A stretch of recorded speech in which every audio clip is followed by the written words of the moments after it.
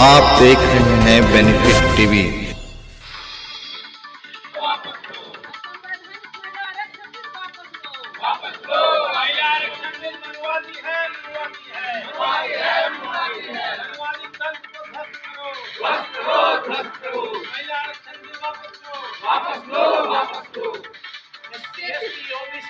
महिला आरक्षण लागू करो, लागू करो, लागू करो। एससी ओबीसी के लिए महिला आरक्षण लागू करो, लागू करो, लागू करो। सवर्ण महिलाओं का आरक्षण बंद करो, बंद करो, बंद करो। सवर्ण महिलाओं का आरक्षण बंद करो, बंद करो, बंद करो। इंकलाब जिंदाबाद, जिंदाबाद, जिंदाबाद। 100 में 90 शोषित है, इसका शासन 90 पर नहीं चलेगा, नहीं चलेगा। मुकदमा हमारा न्याय तुम्हारा नहीं चलेगा, नहीं चलेगा। मुकदमा हमारा न्याय तुम्हारा नहीं चलेगा, नहीं चलेगा। मुकदमा हमारा वकालत तुम्हारा नहीं चलेगा, नहीं चलेगा। इंकलाब जिंदाबाद, जिंदाबाद, जिंदाबाद।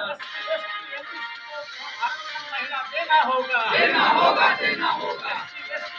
ओबीसी महिलाओं को आरक्षण देना होगा, देना होगा, देना होगा। हम लोग 90% होते हुए क्रांति नहीं कर रहे हैं भारत में, और कुछ हमारे ही समाज के गुलाम नेता उनके साथ जा कर के मिल गए हैं और अपने ही समाज के खिलाफ साजिश में वो शामिल हैं।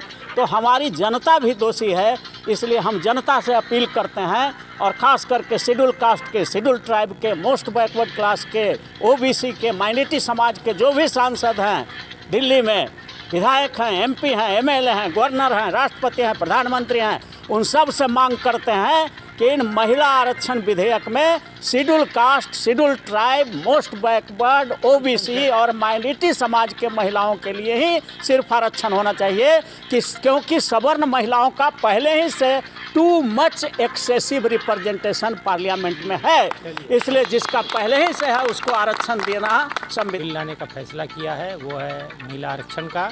ये बिल बहुत पुराना है, लेकिन इसमें आपत्ति लगाई गई थी क्योंकि इसमें समाज के कमज़ोर वर्गों और माइनॉरिटी के महिलाओं के लिए कोई विशेष प्रावधान नहीं था। हमारा अंतर्राष्ट्रीय अनुभव ये बताता है कि दुनिया भर के कई देशों में महिला आरक्षण लागू है, लेकिन उससे महिलाओं को कोई विशेष लाभ नहीं हुआ, क्योंकि उसमें वहाँ उन मुल्कों की जो संपन्न महिलाएं थी, साधन संपन्न महिलाएं थी, ज़्यादा शिक्षित महिलाएं थी, वो आगे आ जाती हैं और बाकी महिलाओं का प्रतिनिधित्व भूल करके और पुरुषों के ही तीमारदारी में उस काम को करती हैं। हमारी मांग ये है कि जिस देश की महिला सबसे ज़्यादा पिछड़ी है, पिछड़े देश में महिलाओं की हालत बहुत ज़्यादा पिछड़ी है, इसमें जितने भी पिछड़ी जातियां हैं, शेड्यूल कास्ट, शेड्यूल ट्राइब है, खासकर मुस्लिम महिलाएं हैं, इन सब की स्थिति बहुत बदतर है। अगर इनको संसद में जाने का नहीं मिलेगा अवसर तो इनकी स्थिति कभी नहीं सुधरेगी। तो ये आरक्षण बिल अपने आप में बेतुका है, बेमानी है। इससे सिर्फ और सिर्फ सवर्ण जाति की महिलाओं को, जो जैसा अरुण कुशवाहा जी ने कहा, जो पहले से मजबूत है उनको और मजबूती देगा, और कहीं न कहीं जो बैकवर्ड कास्ट के जो प्रतिनिधि हैं उनकी सीट हकमारी की जाएगी, तो हमारा जो भी प्रतिनिधि और घट जाएगा। इसीलिए हम इसका पुरजोर विरोध करते हैं और इसको नए रूप में लाने की वकालत करते हैं। आज की मीटिंग जो महिला बिल आया है कितना खतरनाक है इस देश के लिए, और जो जातीय जनगणना है ये कितना बहुजन समाज के लिए लाभकारी है, इस पर मीटिंग हो रही थी। हमारा कहना है कि जो महिला बिल लाया गया है साफ असंवैधानिक है, और एक जुल्मी और जो जास्ती करने वाले जो लोग पैदा होंगे उनकी माताओं के लिए ये ग्रेड बिल लाया गया है।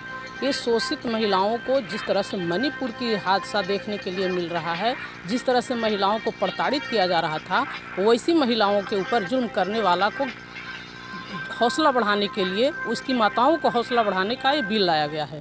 तो मैं कहना चाहती हूँ कि अभी जो बिल लाया गया है यह संवैधानिक है। हम लोग इसके लिए संघर्ष करेंगे, इस बिल को मोदी सरकार वापस ले और संवैधानिक बिल ला करके एससी, एसटी, ओबीसी, माइनॉरिटी के महिलाओं को आरक्षण दिया जाए, ताकि संविधान के साथ साथ मेरा देश और समाज मजबूत हो, और हमारी महिलाएं जब आगे बढ़ेगी तो हमारा बहुजन समाज आगे बढ़ेगा।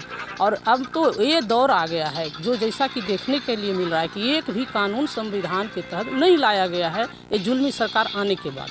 तो इसलिए हम लोग इसका विरोध में हैं और हम लोग संघर्ष इसके लिए जारी रखेंगे, और संवैधानिक बिल के लिए हम लोग नया सरकार 2024 में बनाए। और महिलाओं पर जो संसद में जो बिल लाया गया है उसके लिए बुलाई गई थी। यह जो संसद का जो बिल लाया गया है लोगों का दिखावा है, छलावा है, और 85% शोषित दलित महिला और अकलियत महिलाओं के साथ धोखा है। हम इस सभा के माध्यम से मांग करते हैं कि 85% शोषित दलित अक़लियत के और वंचितों के लिए भी आरक्षण का व्यवस्था किया जाए सदन के अंदर और विधानसभा और लोकसभा दोनों में, और इसकी भागीदारी बढ़े।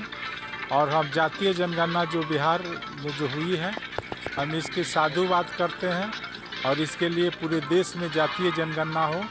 ये हिस्ट्री फ्रॉम बिलो और माइक्रो लेवल का काम है, इसलिए आप धन्यवाद के पात्र हैं। उसके बाद आज के जो बैठक की अध्यक्षता करने वाली थी मीरा कुमार यादव जी, उनका जो बैठक का मुख्य विषय था महिला आरक्षण बिल 2023 और बिहार में जातीय गणना का लाभ या हानि, इसी दो मुद्दा पर बैठक हुई। और बैठक में छन कर यही बात आई कि जो केंद्र सरकार के द्वारा जो महिला आरक्षण बिल लाया गया वो एकदम फर्जरी है और इस फर्जरी में नहीं आना है। और बिहार सरकार के द्वारा जो जनगणना कराई गई है, जातीय जनगणना, वो पूरे देश के लिए प्रेरणादायक साबित होगा। आप देख रहे हैं बेनिफिट टीवी।